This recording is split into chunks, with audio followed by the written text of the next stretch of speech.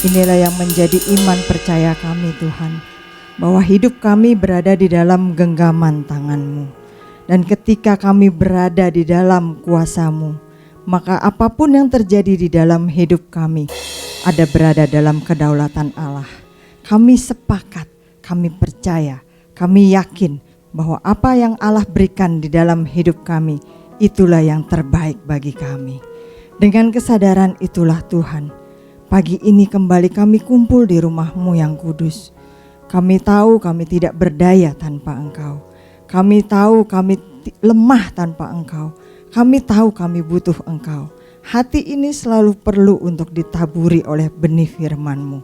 Biarlah Tuhan berikan kami juga hati tanah yang subur, supaya setiap benih firman Tuhan yang ditaburkan tidak kembali dengan sia-sia, tetapi membuat kami terhibur, membuat kami diteguhkan, membuat kami diingatkan, membuat kami tetap kuat dalam pengiringan kami terhadap Yesus Kristus. Terima kasih Tuhan. Dalam nama Yesus kami serahkan sesi pemberitaan firman-Mu hanya ke dalam tangan-Mu saja. Yang percaya bersama kita katakan, amin. Silakan duduk Bapak Ibu Saudara. Selamat pagi. Kita sudah tiba di bulan yang baru, di bulan Juli. Tidak terasa sudah melewati semester pertama dari tahun 2026. Kita masuk ke semester kedua tahun 2026. Tuhan masih memberkati kita, amin. Tuhan masih memimpin hidup kita, amin. Walaupun setiap tahun kondisi makin berat, walaupun setiap tahun kondisi makin tidak menentu, walaupun apa yang dijanjikan di dalam dunia ini makin gak jelas, tapi kita percaya Tuhan tetap memimpin kita. Alberta, Allah selalu beserta kita. Nah pagi ini ketika kita ingat bahwa keberadaan kita sampai hari ini adalah karena anugerah Tuhan, karena Tuhan yang sudah melakukan lebih dulu hal kepada kita, karena Tuhan yang sudah lebih dulu memberikan sesuatu, mengorbankan sesuatu, menganugerahkan sesuatu. Pagi ini firman Tuhan juga ingin mengingatkan kita bahwa kita bukan hanya mau terima saja, bukan hanya mau minta perluasan daerah kita saja, bukan hanya mau minta berkat Tuhan saja, tapi kita juga harus menjadi jemaat, anak-anak Tuhan yang suka memberi. Yuk kita lihat dulu dari 2 Korintus 9 ayat 6 sampai yang ke-8. Kita akan baca bersama-sama 2 Korintus 9 ayat 6 sampai yang ke-8. Bapak Ibu Saudara bisa buka di kitab suci masing-masing, gadget suci, HP suci, atau mungkin bisa ditampilkan di layar suci. Kalau sudah ketemu semua kita akan baca bersama. 3, 2, 1. Camkanlah ini, orang yang menabur sedikit akan, dan orang yang menabur banyak akan. Hendaklah masing-masing memberikan menurut kerelaan hatinya, jangan dengan sedih hati atau karena paksaan. Sebab Allah mengasihi orang yang memberi dengan sukacita, dan Allah sanggup melimpahkan segala kasih karunia kepada kamu, supaya kamu senantiasa berkecukupan di dalam segala sesuatu, dan malah berkelebihan di dalam. Nah, kalau kita dengar kata memberi, apa sih yang langsung terlintas dalam pikiran kita? Apa yang Bapak Ibu Saudara pikirkan ketika kita mendengar kata atau membaca kata memberi? Pengeluaran. Ada lagi? Kalau petinju memberi pukulan gitu ya. Sebagian orang pasti diakui atau tidak akan langsung berpikir tentang duit nih, uang nih. Sebagian lagi mungkin berpikir karena ini di gereja pasti ngomongnya tentang persembahan. Ada juga yang langsung merasa, waduh salah datang nih minggu ini, jangan-jangan hari ini pendetanya mau khotbah soal kebutuhan gereja lagi. Padahal kalau kita mau teliti membaca Alkitab kita, Alkitab mengajarkan kita bahwa memberi jauh lebih luas daripada sekedar duit, uang, hepeng, money atau apapun itu. Karena memberi itu bisa berupa waktu, memberi itu bisa berupa perhatian, betul apa benar? Tenaga, ide, Doa, kalau kata PDP PAU, dia seringkali berkata, waktu ulang tahun gak bisa ngasih apa-apa, cuma doa gitu kan. Senyum, itu juga memberi. Pelukan, rangkulan, itu juga memberi. Itu bisa menguatkan orang lain. Seorang anak kecil ketika dia melihat ada nenek tua yang kesulitan membawa belanjaannya, lalu kemudian dia menyapa nenek tua itu, dia bilang, "Nek, boleh nggak saya bawain sampai ke mobil?" Sampai akhirnya anak ini ngebantuin sampai ke mobil. Kemudian nenek itu bilang, "Saya nggak punya uang buat ngebales kamu, nggak punya uang buat bayar kamu." Tapi anak itu menjawab, "Nggak apa-apa, Nek. Guru sekolah minggu saya berkata, kalau kita menolong orang, sebenarnya kita sedang membuat Tuhan tersenyum." Halo guru sekolah minggu. Apa yang kalian ajarkan di sekolah minggu itu membentuk anak-anak. Kalimat sederhana ini sepertinya menyentuh hati kita semua. Boleh diklik, orang yang mengerti tentang kasih karunia Tuhan pasti akan senang untuk memberi. Itulah sebabnya firman Tuhan mengajar kita bahwa memberi merupakan bagian penting dari kehidupan kita, murid-murid Kristus. Karena memberi bukan sekedar kewajiban. Seperti kita bayar parkir, seperti kita bayar pajak, bukan. Tetapi memberi adalah respon syukur atas kasih karunia Allah yang sudah lebih dulu kita terima. Kita memberi bukan supaya Tuhan mengasihi kita, bukan.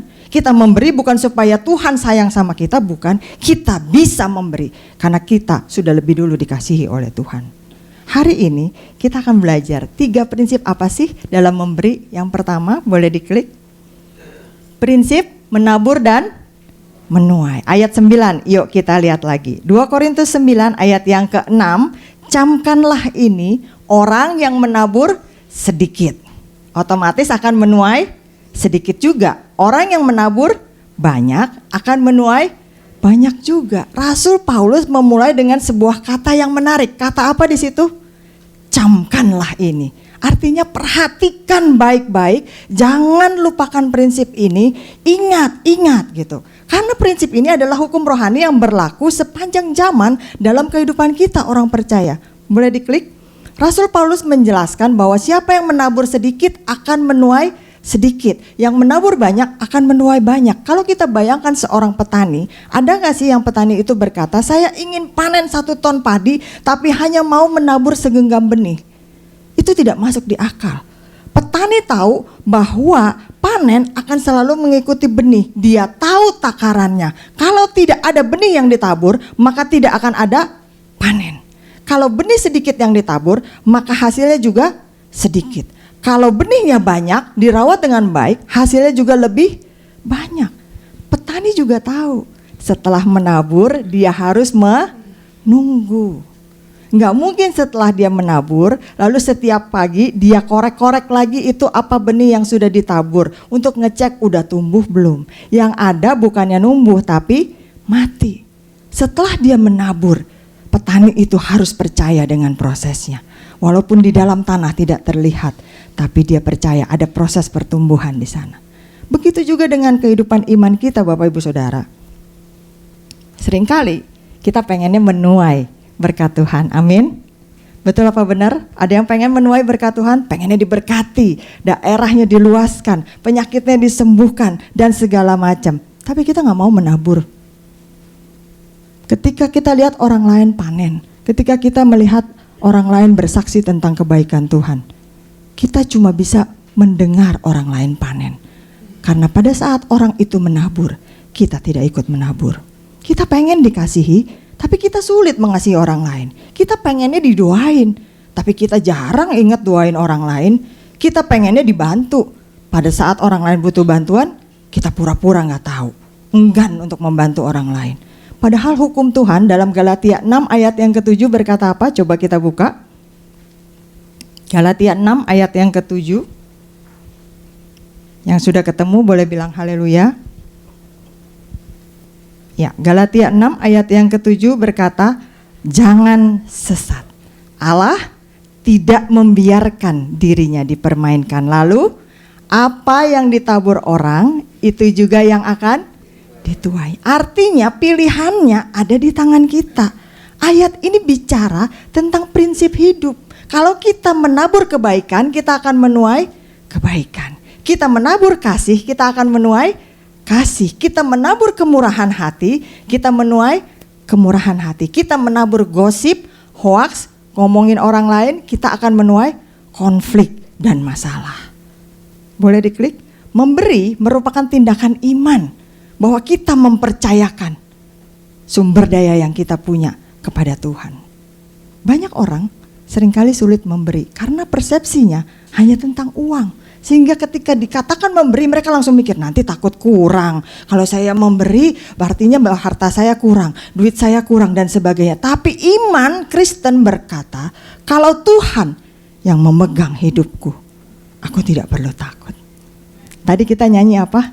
Hidup kita di dalam genggaman tangan Tuhan. Itu bukan sekedar pujian enak lalu kita meremelek kayak di karaoke begitu. Cuma bedanya ini di gereja seolah-olah ini karaoke rohani. Tidak. Tapi kita menyanyi itu dengan iman keluar dari dalam hati kita. Bahwa ketika kita memberi dengan percaya, kita berkata, Tuhan, Engkau yang menjadi sumberku. Seorang petani yang sudah bertahun-tahun menjadi pemenang panen terbaik, lalu kemudian dia rajin juga memberikan benih terbaiknya itu kepada para tetangganya yang ladangnya ada di kiri kanan depan belakangnya dia. Lalu suatu hari ada wartawan yang mewawancarai dia. Dia bilang begini, Pak Petani, Anda sudah bertahun-tahun menjadi pemenang panen terbaik. Tapi kenapa dari benih terbaik yang Anda punya dibagikan juga kepada para tetangga? Mereka itu kan boleh dibilang walaupun tetangga tapi kompetitor kan begitu. Kalau dibagikan benih terbaik nanti mereka punyanya bisa yang terbaik juga. Nanti lama-lama Anda gak bisa jadi pemenang lagi. Petani itu cuma tersenyum. Lalu dia bilang begini, kamu tahu angin itu menerbangkan serbuk ke segala arah.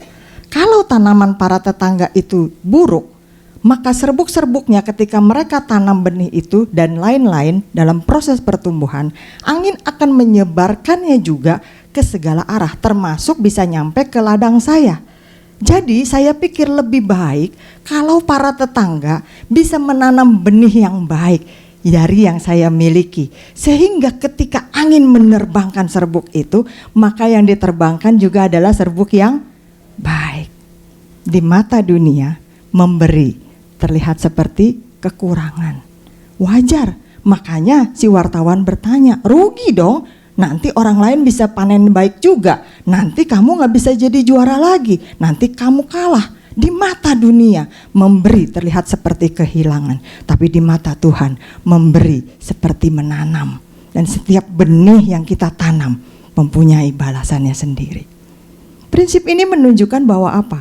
Allah itu menghargai loh kemurahan hati umatnya. Kenapa?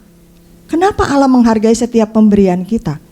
Karena murah hati adalah sifat Allah sendiri. Yohanes 3 ayat 16 berkata apa? Karena begitu besar kasih Allah akan dunia ini, sehingga Ia telah mengaruniakan, memberikan. Siapa duluan berarti yang ngasih, kita atau Allah? Allah duluan. Allah adalah pemberi yang pertama. Dia memberikan Yesus, anak tunggalnya buat kita. Oleh sebab itu Bapak Ibu Saudara, ketika setiap kali kita melakukan, memberikan dengan kasih, artinya kita sedang mencerminkan karakter Allah melalui hidup kita. Masih ingat tentang persembahan seorang janda miskin? Dalam Markus 12 ayat 21 sampai 44.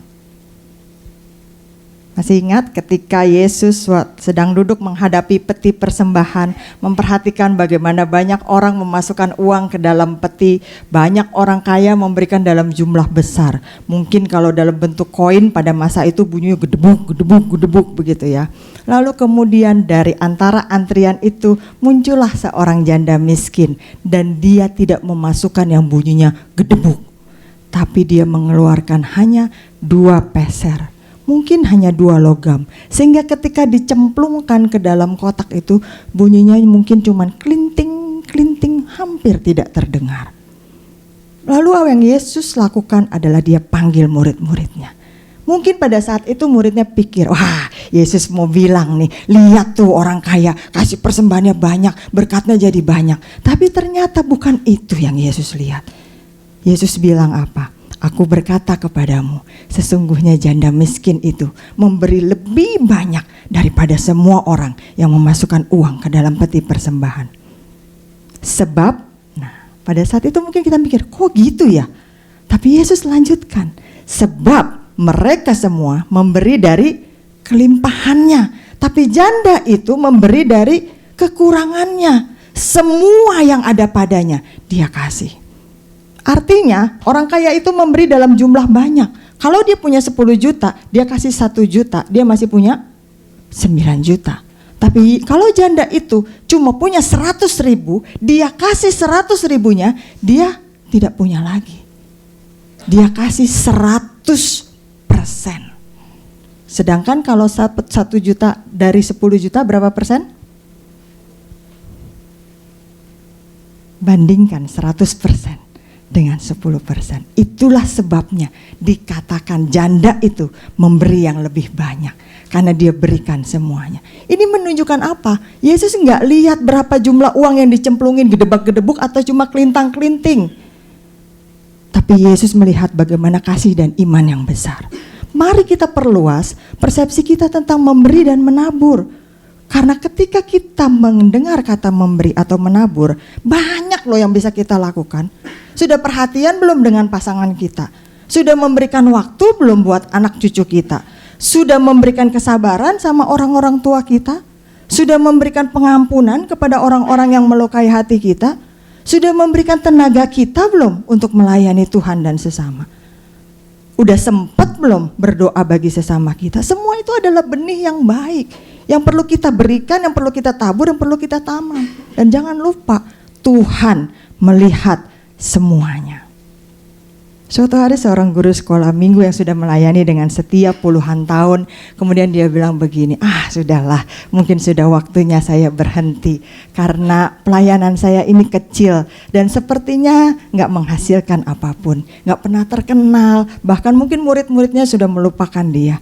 Tapi bertahun-tahun kemudian ternyata banyak dari murid-muridnya yang menjadi pendeta, yang menjadi misionaris, yang menjadi dokter-dokter Kristen yang melayani, yang menjadi para pemimpin gereja, yang menjadi para ahli hukum yang takut akan Tuhan. Pada saat itu dia menabur, dia menanam, dia tidak melihat hasilnya. Puluhan tahun kemudian panennya terlihat.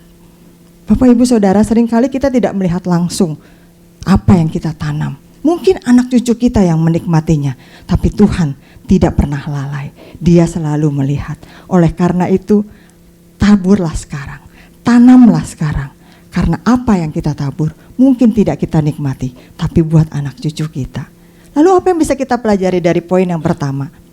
Tanya sama diri kita sendiri, benih apa sih yang kita tabur setiap hari? Mulai dari rumah tangga kita, benih konflik, masalah, keributan. Apakah keluarga saya merasakan kasih yang saya taburkan? Apakah orang di tempat kerja merasakan kemurahan hati saya sebagai anak-anak Tuhan? Apakah gereja di mana saya bertumbuh merasakan kontribusi dari hidup kekristenan saya? Orang yang murah hati sedang menanam benih yang menghasilkan dampak bagi orang banyak. Amin Bapak Ibu Saudara. Jadi yang pertama prinsipnya adalah menabur. Kalau poin pertama berbicara tentang apa yang kita tabur, maka itu yang kita tuai. Maka poin yang kedua nanti berbicara tentang yang lebih penting. Bagaimana sih hati kita ketika kita menabur? Boleh diklik? Prinsip hati dalam memberi. 2 Korintus 9 ayat yang ke-7 berkata apa? Hendaklah masing-masing. Artinya enggak bisa tebengan. Suami, istri, orang tua dan anak tidak bisa. Dikatakan masing-masing memberikan menurut kerelaan hati. Jangan dengan sedih karena terpaksa. Sebab Allah mengasihi orang yang memberi dengan sukacita. Pada poin pertama kita belajar bahwa Tuhan memperhatikan apa loh yang kita tabur. Hal-hal yang baik, hal-hal yang buruk. Tapi di poin kedua ini Tuhan juga memperhatikan kenapa sih kita menabur. Kenapa sih kita memberi? Kenapa kita melakukan sesuatu? Di mata manusia yang terlihat hanya jumlah pemberiannya saja. Besar, kecil, bagus, jelek, berharga, tidak berharga. Tapi di mata Tuhan yang pertama kali dilihat adalah sikap hati kita. Sejak zaman perjanjian lama, Tuhan selalu menekankan Dia melihat hati manusia. Coba dibuka 1 Samuel 16 ayat yang ke-7. 1 Samuel 16 ayat yang ke-7, ketika Nabi Samuel hendak mengurapi raja bagi Israel, lalu kemudian dia disuruh pergi ke rumah Isai untuk mengurapi salah satu anaknya. 1 Samuel 16 ayat yang ke-7, tetapi berfirmanlah Tuhan kepada Samuel, janganlah pandang parasnya atau perawakannya yang tinggi, sebab aku telah menolaknya. Bukan yang dilihat manusia, yang dilihat Allah. Manusia melihat apa yang di depan mata, tetapi Tuhan melihat hati. Itulah sebabnya Paulus tadi berkata, hendaklah masing-masing memberikan menurut kerelaan hatinya. Karena walaupun suami istri, walaupun orang tua dan anak, walaupun satu keluarga besar, hatinya tetap berbeda. Rambut boleh sama hitam, hati orang siapa yang tahu? Tapi Tuhan tahu. Suaminya rela, istrinya ngegerundeng, tahu. Orang tuanya rela, anaknya gak rela, tahu. Artinya memberi ini harus dari hati yang rela, bukan sekedar tangan yang bergerak saja. Boleh diklik? Tuhan melihat motivasi hati kita jauh lebih daripada besarnya pemberian kita. Segala kekayaan di dunia ini siapa yang punya? Tuhan yang punya. Seringkali kita pikir, kalau saya nggak kasih persembahan, kalau saya tidak melayani, kalau saya tidak sumbang ide, kalau saya tidak melakukan sesuatu, Tuhan nggak bisa apa-apa. Tidak. Mazmur 24 ayat yang pertama bilang, Tuhanlah yang empunya bumi serta segala isinya, dan dunia serta yang diam di dalamnya. Termasuk saya, Bapak Ibu Saudara, itu miliknya Tuhan. Termasuk harta kita, ide kita, tenaga kita, kesehatan kita, umur kita, semua miliknya Tuhan. Boleh diklik? Memberi tidak boleh dilakukan dengan terpaksa atau karena tekanan. Kadang orang memberi karena malu, semuanya udah maju kasih persembahan, akhirnya maju deh, kalau duduk sendirian gak enak gitu kan. Bukan karena ingin memuliakan Tuhan, tapi karena dia takut dipandang pelit, kikir, lokek, kedekuk, bin kopet. Kok duduk doang sendirian, yang lain maju ke depan. Ada yang memberi karena pengen dipuji, harus besar, nama saya harus ditulis, dianggap dermawan. Yesus mengingatkan tentang hal ini dalam Matius 6 ayat 1 sampai yang keempat. Coba dibuka, Matius 6 ayat 1 sampai yang keempat. Tentang apa di sana?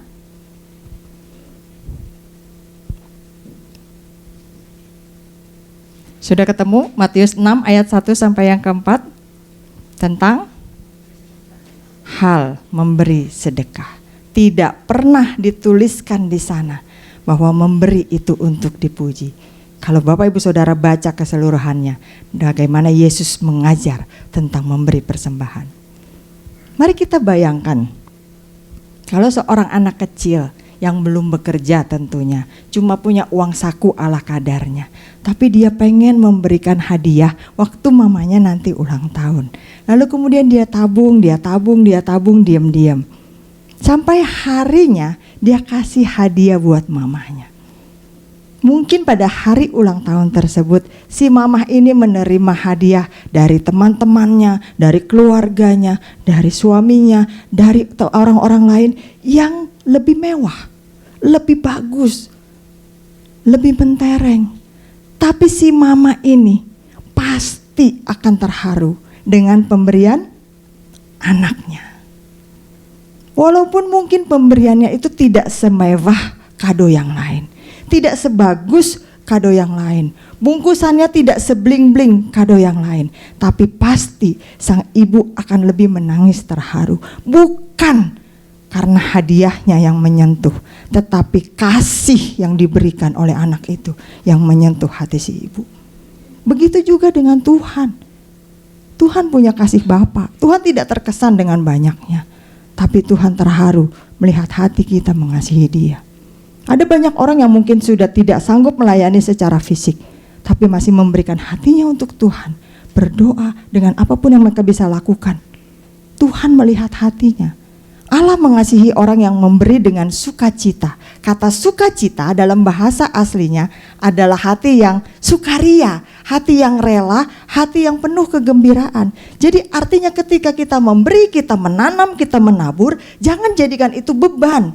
Ya, lagi-lagi ngasih, lagi-lagi pelayanan, lagi-lagi disuruh-suruh ini itu. Tapi pikirkan itu sebagai kesempatan. Bahwa hari ini kita masih bisa memberi. Hari ini kita masih bisa melayani. Hari ini kita masih bisa berbuat sesuatu. Kalau kita udah bosen, berani Bapak Ibu Saudara bilang sama Tuhan, Tuhan besok saya gak mau melayani lagi. Saya gak mau ada kesempatan lagi. Lalu kemudian di end sampai di situ. Ada berapa banyak dari kita berpikir bahwa kalau kita masih bisa bangun besok, sebenarnya mungkin bukan karena kita, tapi karena Tuhan masih punya tugas buat kita di dalam dunia ini. Orang yang sudah mengalami kasih karunia Tuhan akan berkata, Tuhan udah begitu baik loh sama saya. Apa yang saya lakukan tidak sebanding dengan berkat Tuhan. Dengan apa ku balas kebaikan-Mu Tuhan dan segala kemurahan-Mu. Orang yang sudah mengalami, yang bisa merasakan. Itulah sebabnya kalau kita jadi orang percaya ini harus murah hati. Karena kita menerima keselamatan dengan cuma-cuma. Kemurahan hati lahir dari hati yang mengalami kasih Tuhan. Sesudah mengalami kasih Tuhan, Sakeus, si tukang catut itu sudah bisa berkata, Tuhan, setengah dari milikku akan kuberikan kepada orang miskin. Dan yang pernah kurugikan akan kuganti 4 kali lipat. Cuma orang yang hatinya sudah dijamah oleh Tuhan, cuma orang yang hatinya sudah mengalami kasih karunia Tuhan yang bisa berubah seperti itu. Karena kasih karunia itu selalu menghasilkan kebaikan dan kemurahan hati. Kalau seseorang merasa semua miliknya adalah hasil usahanya sendiri, dia pasti akan sulit memberi, pasti akan sulit berbagi, pasti akan sulit untuk memperhatikan orang lain. Tetapi orang yang sadar bahwa hidupnya, pekerjaannya, kesehatannya, keluarganya, keselamatannya adalah anugerah Tuhan, dia akan lebih mudah berkata, semua berasal dari Tuhan. Aku cuma saluran berkatnya. Ketika memberi persembahan, tanya sama diri kita, apa kita kasih dengan sukacita? Ketika kita membantu orang lain, tanya sama diri kita, saya ngebantu berharap dipuji. Ketika kita melayani orang lain, tanya sama diri kita, apakah kita masih sering ngeluh, gua lagi, kayak gak ada yang lain aja. Tuhan tidak mencari pemberi yang paling kaya. Tuhan tidak sedang mencari pelayan yang paling hebat. Tuhan sedang mencari hati yang paling mengasihi Dia. Karena tangan bisa saja memberi, tangan bisa saja melayani. Tanpa kasih bisa, tapi cuma yang mengasihi yang pasti akan melakukan dengan sukacita. Kita bisa melakukan sesuatu tanpa kita mengasihi, bisa. Tapi kalau kita mengasihi, kita gak bisa diem-diem aja. Kita pasti melakukan sesuatu. Nah, Bapak Ibu Saudara, poin yang kedua adalah prinsip apa yang Tuhan perhatikan ketika kita memberi. Kalau kita sudah tahu apa yang harus kita beri, kita sudah tahu bagaimana kita memberi. Yang terakhir, Paulus menjelaskan bahwa Allah sanggup memelihara setiap orang yang murah hati. Prinsip pemeliharaan Allah atau providensia dalam 2 Korintus 9 ayat yang ke-8. Allah sanggup melimpahkan segala kasih karunia kepada saya, Bapak, Ibu, dan Saudara, supaya kamu senantiasa, selalu, tidak pernah tidak berkecukupan di dalam segala sesuatu, dan malah berkelebihan, berkelimpahan, luber, meluap di dalam segala pelbagai kebajikan. Ada yang menganggap ayat ini berarti haleluya, puji Tuhan, nanti kalau saya kasih 100.000 Tuhan akan ganti melimpah meluap jadi 1 juta. Enggak gitu konsepnya, Bapak Ibu Saudara. Paulus tidak sedang mengajarkan tentang teologi transaksional, tidak. Seolah-olah Tuhan adalah mesin ATM, seolah-olah Tuhan adalah tukang togel, tidak. Paulus sedang mengajarkan teologi pemeliharaan Allah.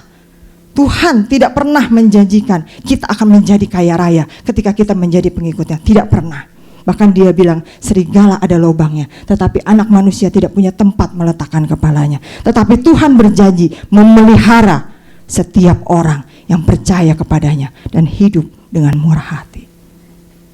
Allah yang tidak terbatas itu, boleh diklik, sanggup melimpahkan segala kasih karunia-Nya. Perhatikan katanya, Allah sanggup.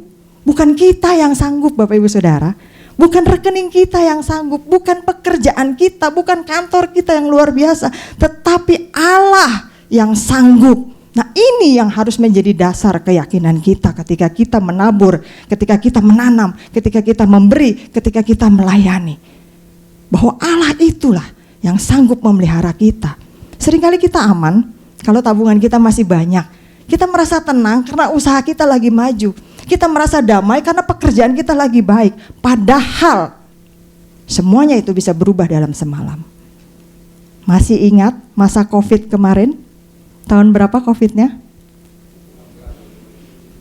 2020 tepatnya, sampai 2022 ya. Pandemi COVID-19 mengajarkan kepada dunia bahwa apapun bisa hilang dalam sekejap mata. Perusahaan besar bisa tutup, investasi bisa turun, kesehatan berubah, lockdown di mana-mana. Orang yang tadinya sehat tiba-tiba bisa meninggal mendadak. Satu hal yang tidak pernah berubah, Tuhan tetap setia kepada umatnya. Mazmur 37 ayat yang ke-25. Dahulu aku muda, sekarang telah menjadi tua, tetapi tidak pernah kulihat orang benar ditinggalkan atau anak cucunya meminta-minta roti. Dalam terjemahan lama lebih jelas lagi, anak cucunya tidak pernah meminta-minta sedekah, tidak pernah menjadi pengemis. Bukan berarti orang percaya gak pernah mengalami kesulitan. Bukan berarti kalau kita belanja gak perlu bayar. Bukan berarti kita tidak pernah ada masalah, tantangan, pergumulan, sakit, penyakit di dalam hidup kita. Bukan. Tetapi Tuhan tidak pernah meninggalkan kita. Pemeliharaan Tuhan di dalam hidup kita bukan berarti tidak adanya masalah, tidak adanya penyakit, tidak adanya segala hal yang gak enak. Tetapi pemeliharaan Tuhan di dalam hidup kita artinya Tuhan tetap hadir walaupun masalah melanda hidup kita. Tuhan tetap hadir walaupun kita harus menerjang badai. Bangsa Israel hidup 40 tahun di padang gurun, gak punya sawah, gak punya ladang, gak punya supermarket, gak punya toko, gak punya fashion buat ganti. Tapi setiap pagi Tuhan sediakan mana, Tuhan sediakan burung puyuh.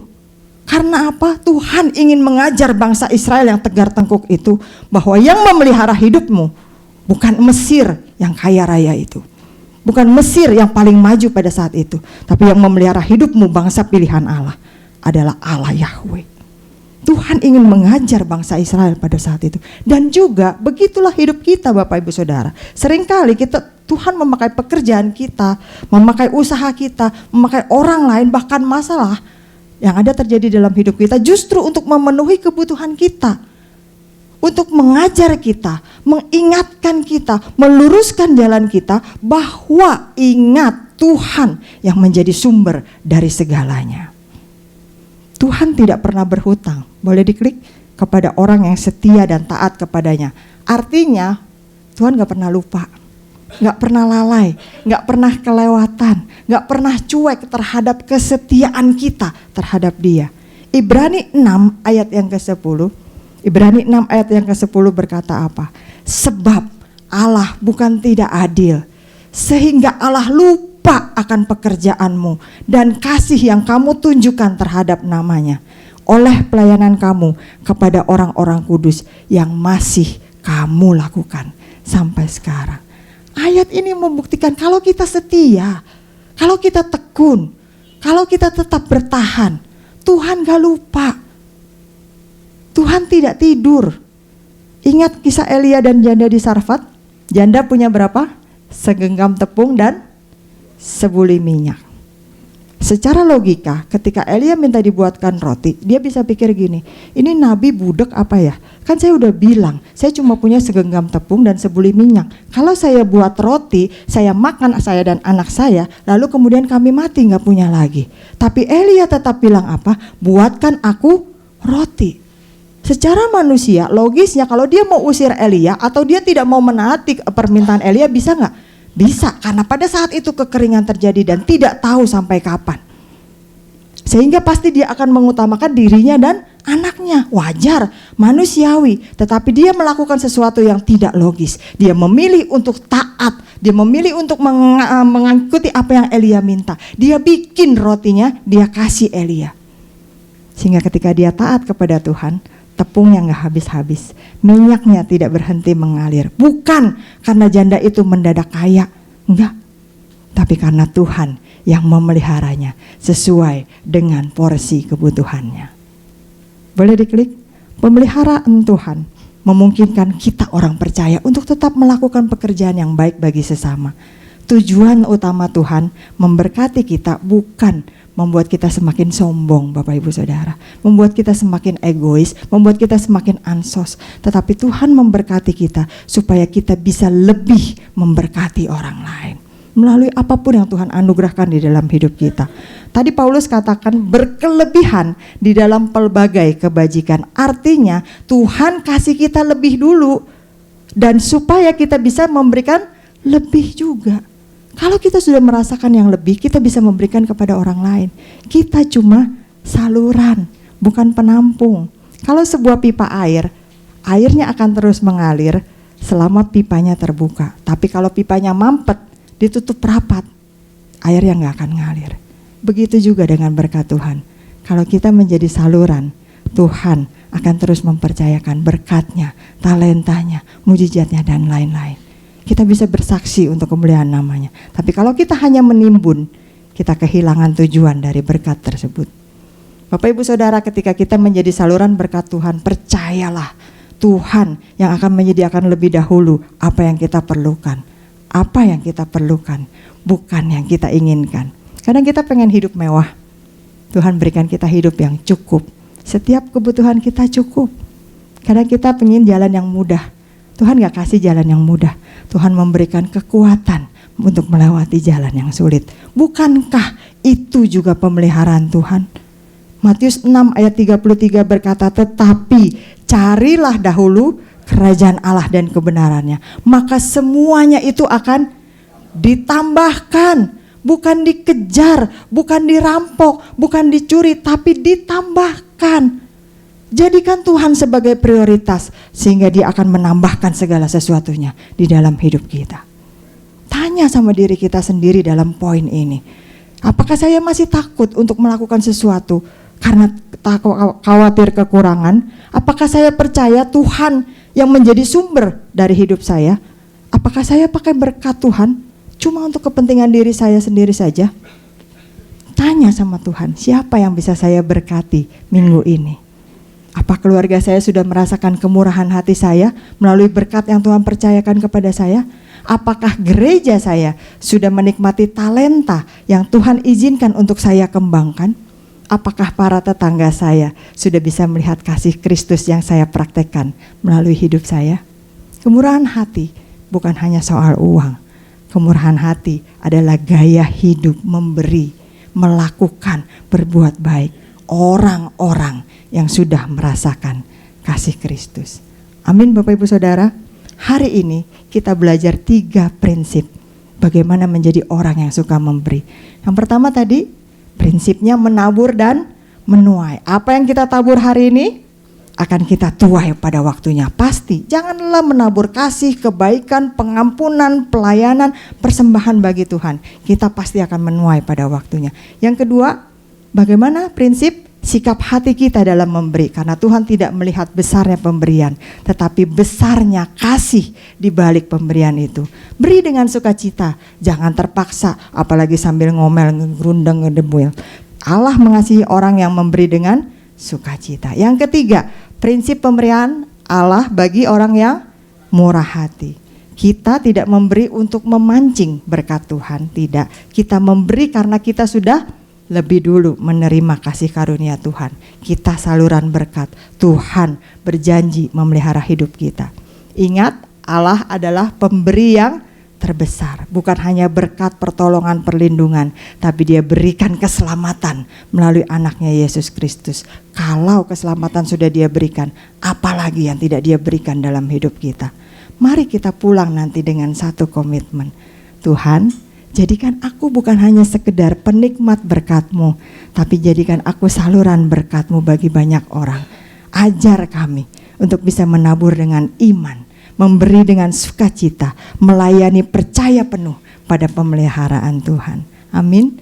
Kiranya melalui hidup kita semakin banyak orang mengalami kasih karunia Tuhan dan nama Tuhan dipermuliakan. Kita akan masuk ke dalam sakramen perjamuan kudus. Saya mengundang tim pemuji dan tim musik.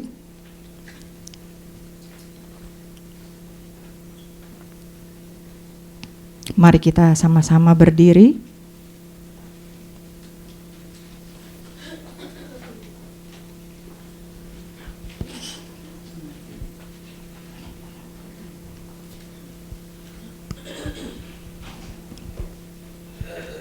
Bapa di dalam surga, terima kasih untuk pagi hari ini. Kembali kami diajar, kembali kami diingatkan bahwa kami yang sudah mengalami kasih karunia Tuhan itu tidak boleh menyimpannya untuk diri kami sendiri saja, tetapi kami harus menyalurkannya kepada orang lain, membuat orang-orang lain juga merasakan kasih kemurahan Tuhan. Ampuni kami Tuhan kalau selama ini mungkin kami tidak mau bergerak. Kami punya wawasan yang berbeda, kami punya persepsi yang menyimpang. Hari ini kami diajar lagi bagaimana Tuhan memperhatikan apa yang kami tabur. Karena apa yang kami tabur itu juga yang akan kami tuai.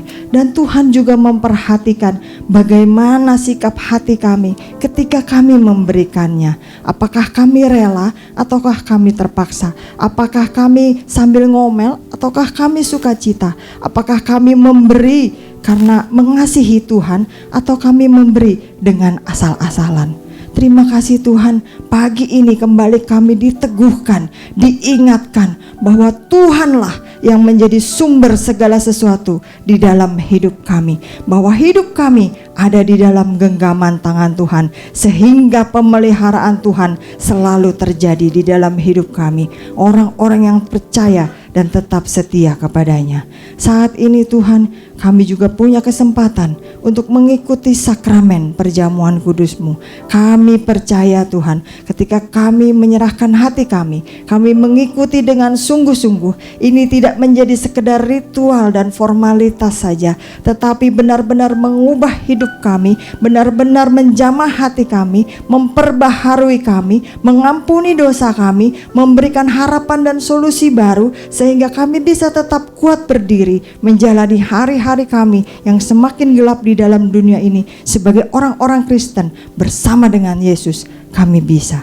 Terima kasih Tuhan, kami percaya Roh Kudus-Mu yang akan memampukan dan memperlengkapi kami setiap hari untuk menjadi pelaku-pelaku firman dan bukan hanya sekedar pendengar saja. Dalam nama Yesus kami berdoa dan bersyukur. Yang percaya bersama kita katakan amin. Bapak Ibu Saudara,